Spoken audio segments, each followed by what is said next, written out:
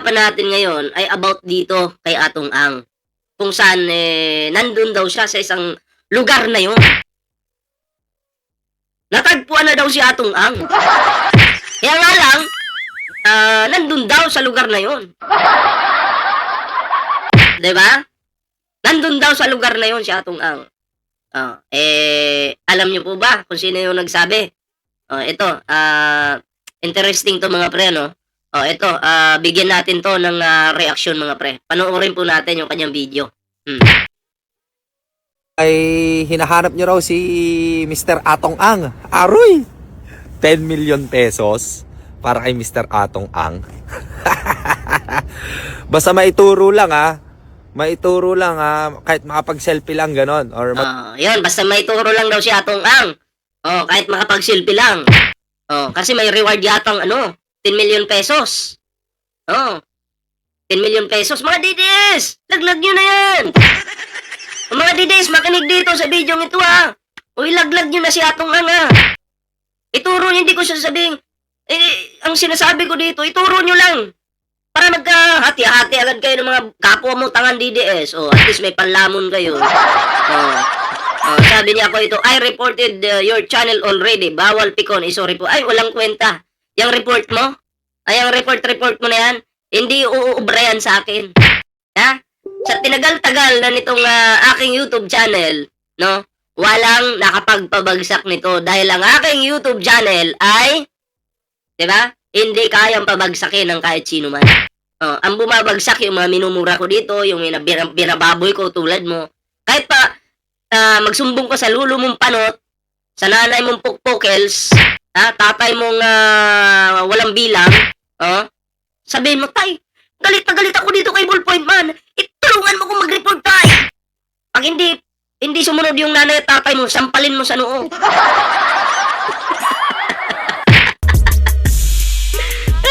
Nako po. Turuan mo yung nanay mo paano mag-report. Sabi mo, report natin yung galit na ako. Ay, nay! Bilisan ba, report nyo ba?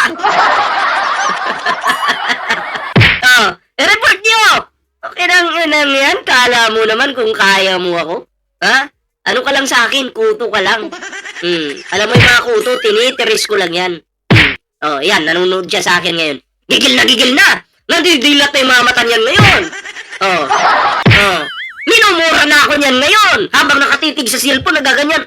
Utang ina mo talaga ka, Ballpoint Man. Ikaw talaga, pinipikon mo na ako. Nagaganyan yan ngayon sa cellphone niya.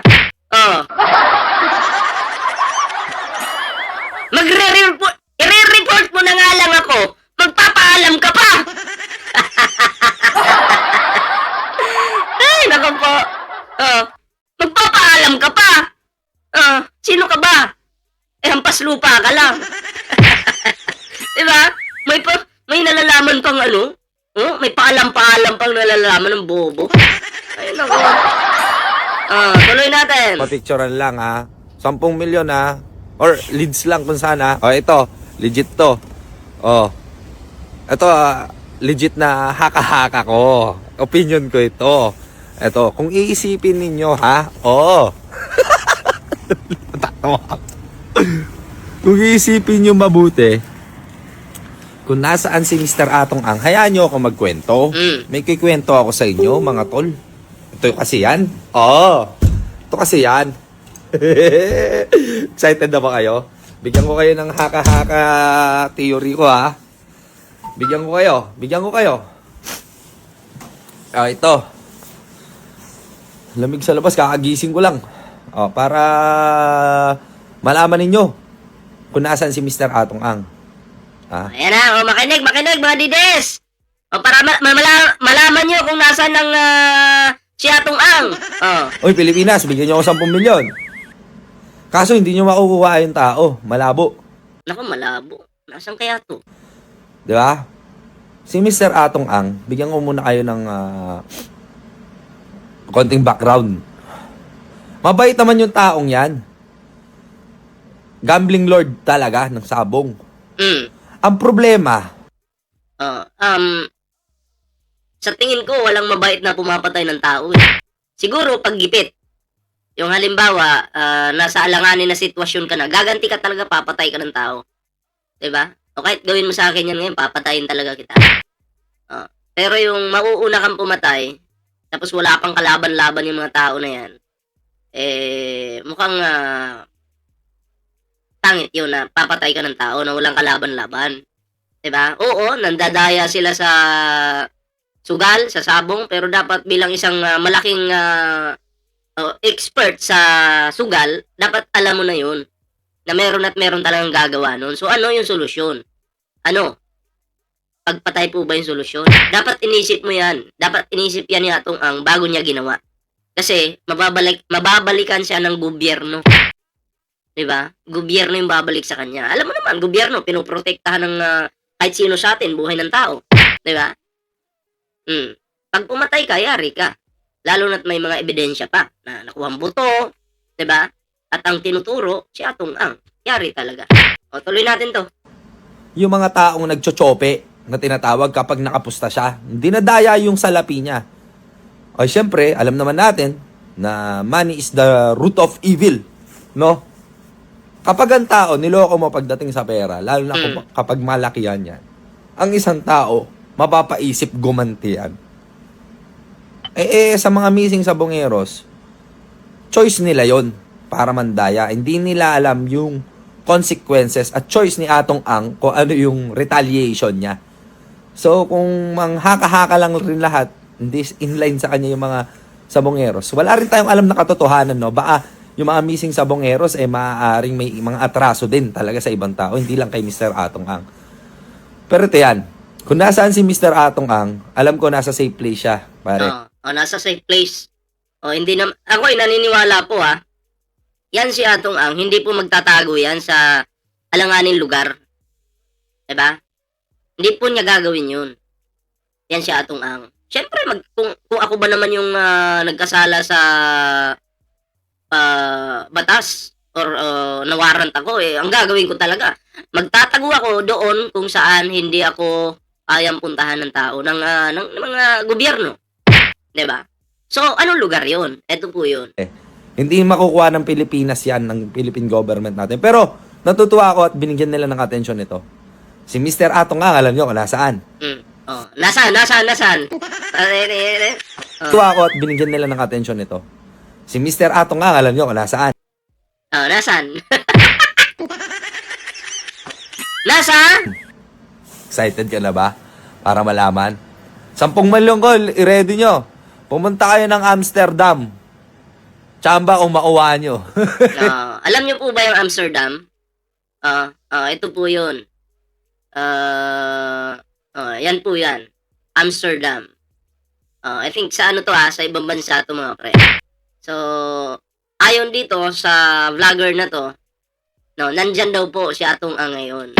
At hindi daw basta-basta makukuha ng gobyerno yung si Atong Ang kasi diyan nagtatago. Kasi ang lahat daw, di umano lahat ng mga nagtatago sa gobyerno, mga pugante, diyan daw po pumupunta. Oo. So, papakinggan natin yung kanyang explanation dito. Tsamba kung makuha niyo si Mr. Atong Ang sa Amsterdam. Tsamba. Pusta. Hindi nyo makukuha yun, tol. Bilyonaryo yun Chilling like a villain na lang yun, tol.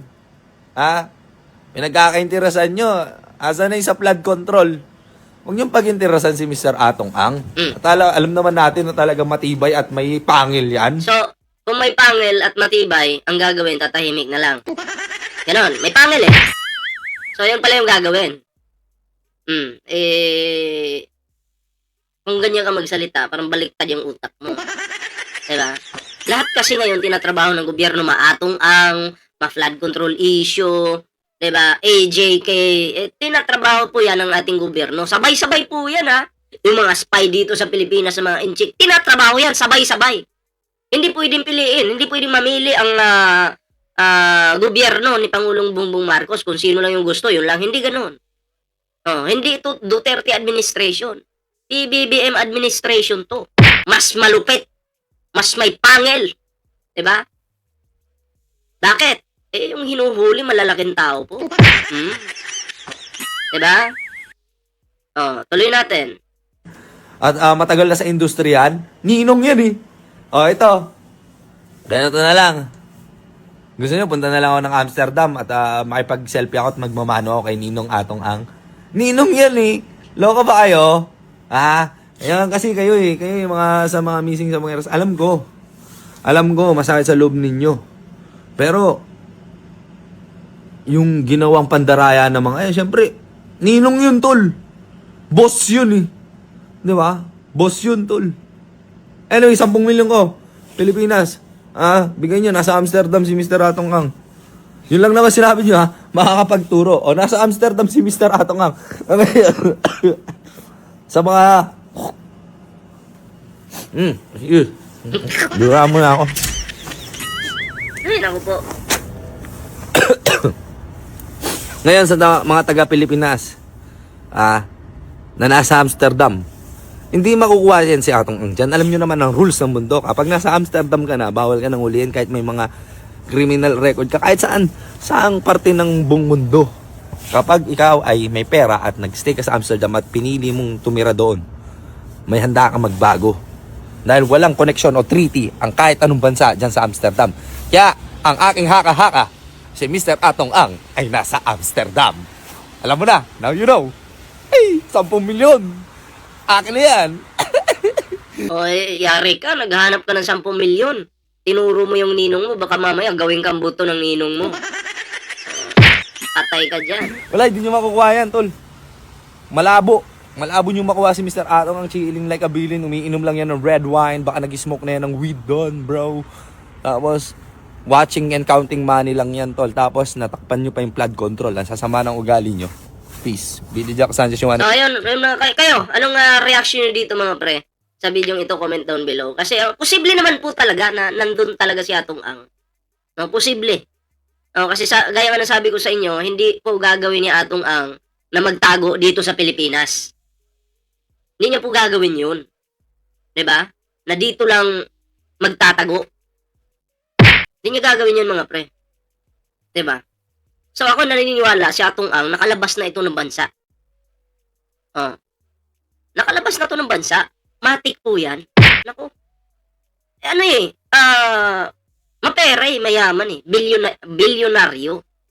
Billionaire yung tao na to. So lahat ng paraan gagawin yan, wag lang siyang mahuli ng gobyerno. Ng gobyerno. Lahat po gagawin yan. Kaya, kung kayo po yung tatanungin, anong reaction nyo po dito? Comment down below para naman po mabasa natin yung mga komento. Siyempre, bago po tayo mag-move sa next topic, ayan, huwag kalimutang mag-like, share, subscribe para naman po maging updated kayo sa mga uploads natin. Ito, may comment dito, matindi to Sure ako, nasa mundo pa rin si Atong Ang. Sure ako dyan. Kahit ako, sure ako dyan. Sureball yan. Nasa mundo pa rin yan. Planet Earth. May TikTok, may Facebook po tayo dyan. Kalimbangin nyo yan mga pre.